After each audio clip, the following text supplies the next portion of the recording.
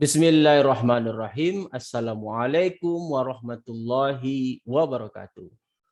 Puji syukur atas kehadirat Allah Subhanahu wa taala atas semua limpahan rahmat dan kasih sayangnya bagi kita semua, di mana kita masih bisa berkumpul, masih bisa diberikan kesehatan untuk tetap bersama melalui masa pandemi COVID-19 ini dengan berbagi ilmu pengetahuan. Salam dan salawat kepada junjungan besar Nabi Muhammad SAW dengan melafazkan Allahumma sholli ala Sayyidina Muhammad wa ala ali Sayyidina Muhammad. Ketemu kembali bersama saya Dr. Rado Yendra SSC MSc, tentunya bersama Lembaga Rado Institut Statistik Online dalam sebuah kampus dunia maya www.radoinstitute.com. Nah, kali ini kita akan coba tampil dengan format yang berbeda. Ya, maklumlah, sedikit demi sedikit hasil pendapatan dari kampus dunia maya ini kita coba lengkapkan peralatan kita sehingga tampilan-tampilan perkuliahan di kampus dunia maya ini mempunyai wajah yang bervariasi.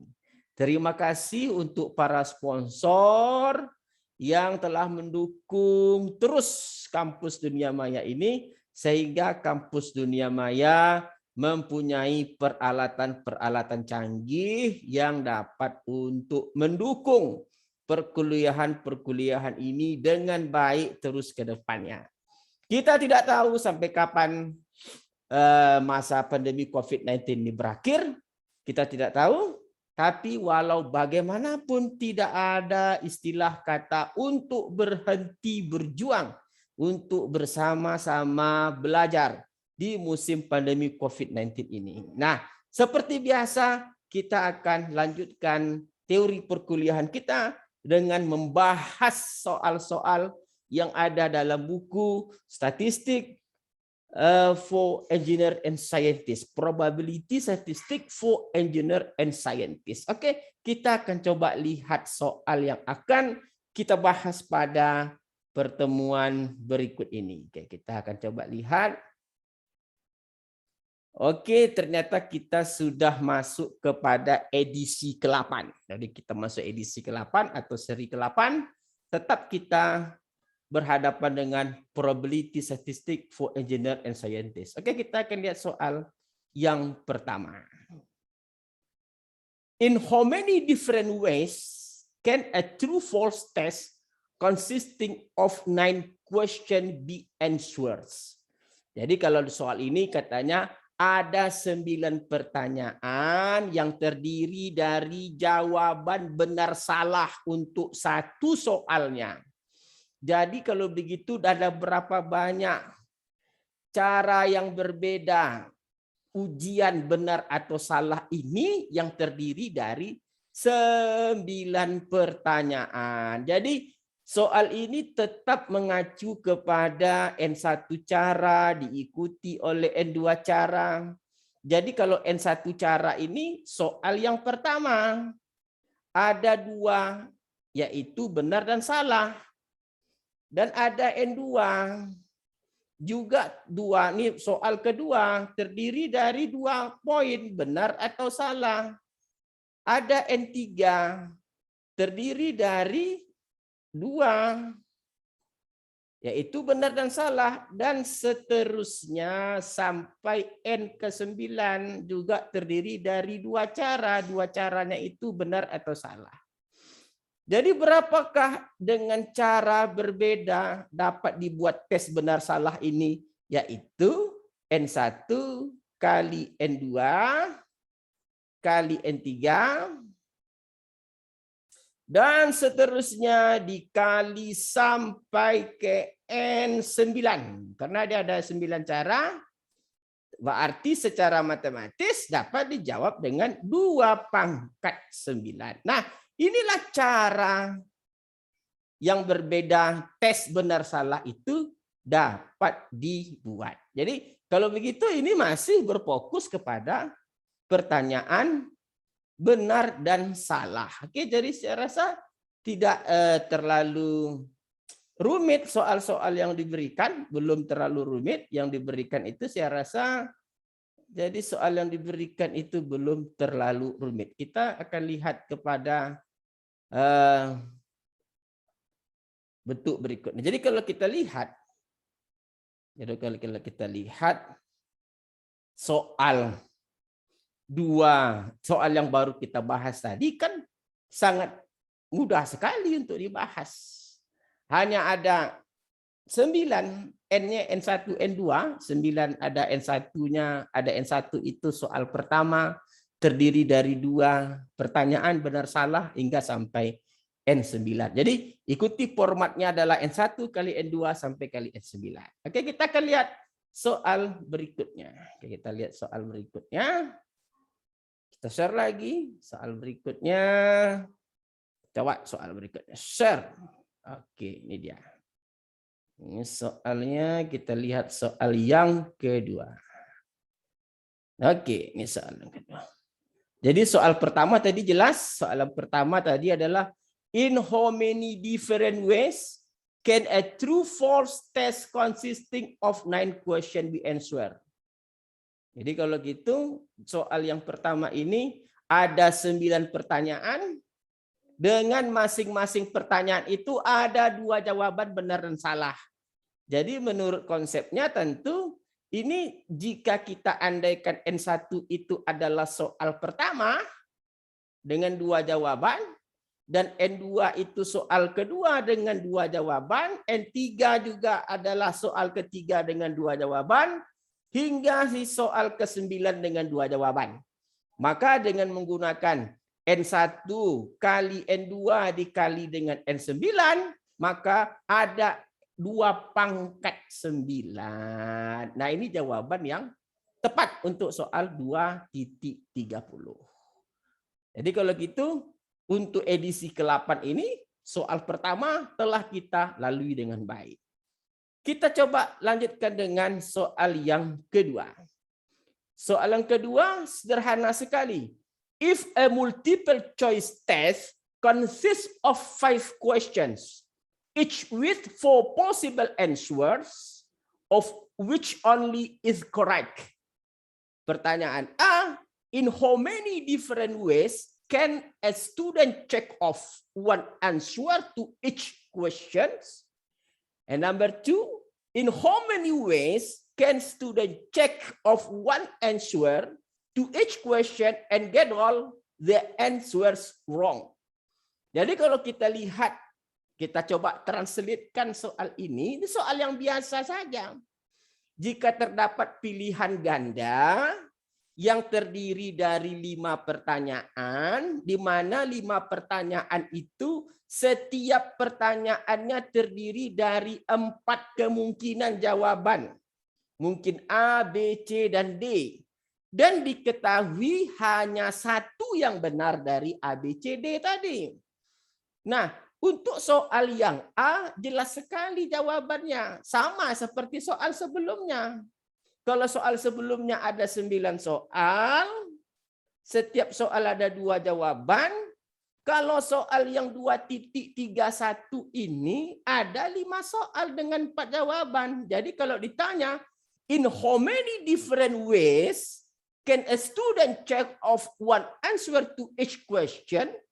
Artinya bahwa berapa banyak cara yang berbeda seorang pelajar tadi dapat menguji pertanyaan untuk setiap question. Jadi jawabannya untuk soal yang A ini sama aja dengan sebelumnya. Kalau sebelumnya ada 2 pangkat 9. Jadi kalau soal yang A ini, kalau kita andaikan N1 itu adalah soal pertama dengan 4 jawaban, N2 adalah soal kedua dengan 4 jawaban, dan soal ketiga adalah soal ketiga dengan 4 jawaban, soal keempat juga ada 4 jawaban, dan soal kelima ada 4 jawaban, maka sesuai dengan konsep yang ada, maka ini dapat dijawab dengan N1 kali N2 kali N3 dikali N4 dikali dengan N5. Jadi kalau begitu jawabannya apa? Adalah 4 pangkat 5. Oke, kita hapus dulu ini biar agak cantik. Oke, di sini adalah N pangkat 5. Berarti kalau gitu di sini 4 pangkat 5. Nah, inilah dia jawaban yang A. Sangat mudah sekali. Jadi kita tengok untuk soal B. Jadi katanya soal B, dia hanya minta in how many ways can a student check off one answer to each question and get all the answers wrong. Jadi dia fokus hanya kepada semua jawaban yang salah. Jadi kalau satu soal tadi ada 4 jawaban dan pasti satu yang benar, berarti yang salah itu ada 3. Berarti soal yang B ini tentu N1-nya tinggal 3 karena dia hanya fokus pada yang salah. N2 juga 3. N3 juga 3. N3 itu soal ketiga maksudnya. N4 soal keempat. Juga ada 3 yang salah. N kelima juga ada 3 yang salah. Oleh sebab itu, maka seluruh yang dapat dibuat, yang diperiksa untuk jawaban yang salah, tentu N1 kali N2 kali N3 kali N4 kali N5 sama dengan 3 pangkat 5. Nah, ini untuk soal A dan soal B. Sekali lagi, soal B, in how many ways can a student check off one answer to each question and get all the answers wrong?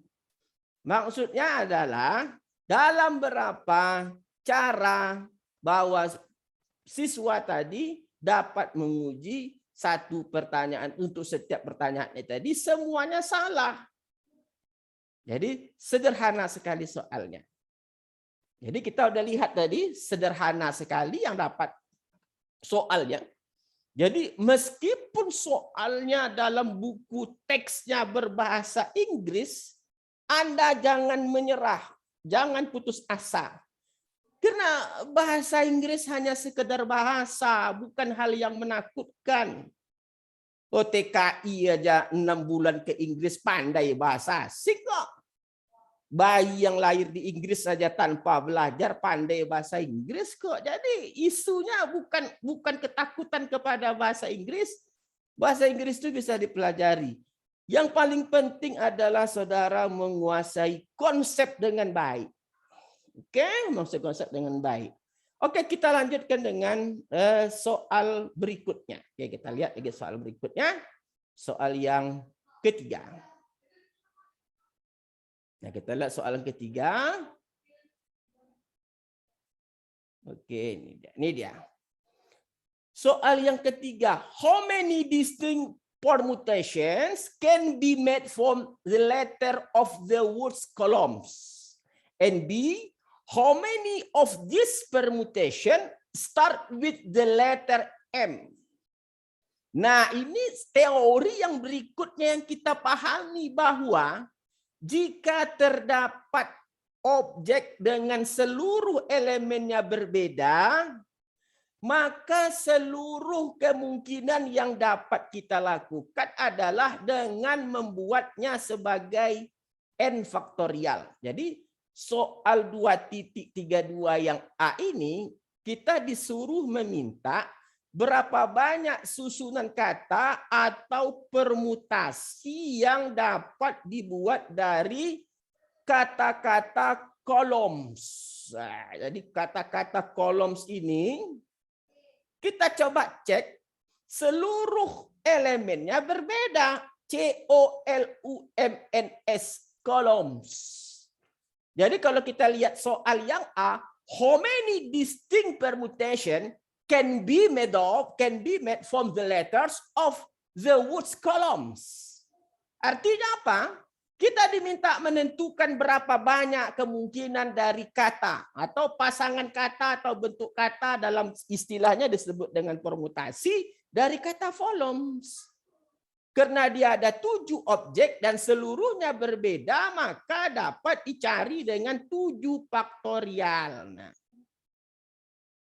silakan masuk ke kampus Dunia Maya www.radoinstitute.com untuk menyimak pelajaran teori tentang ini. Silakan masuk ke www.radoinstitute.com, cari menu bahan ajar, cari teori probabilitas.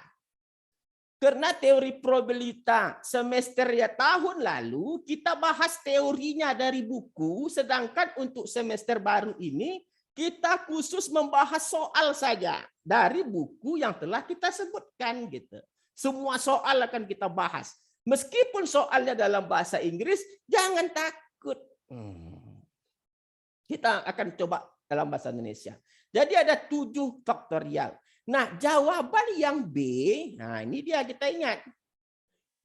Jika katanya gini, how many of this permutation start with the letter M. Jadi kalau letter M, kalau di depannya dimulai dengan M, tentu di belakangnya itu tinggal huruf sisanya 6. Di depannya seluruhnya M. Tentu setelah M muncul, sisanya tinggal 6. Nah, yang akan berputar-putar atau bertukar-tukar yang 6 ini saja. Maka jawabannya itu adalah 6 faktorial. Kalau disuruh tanya, coba sebutkan 3 saja dari konteks soal B yang dimaksud. Kalau disuruh cari 3 ya sederhana saja. Yang pertama M di depan, ambil aja MO, LU, C, ya, muluk, apalagi yang belum hurufnya di sini, muluk N, S. Nah, ini yang pertama, pokoknya M di depan.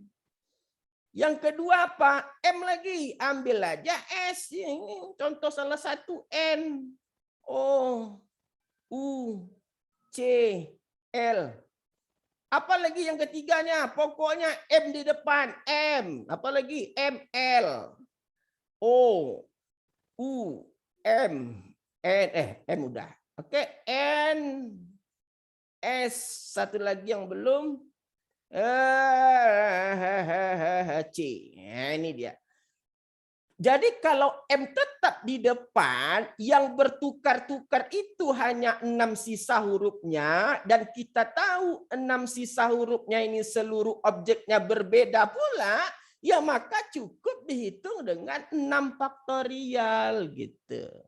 Jadi kalau 7 faktorial kan 7 kali 6 kali 5 kali 4 kali 3 kali 2 kali 1.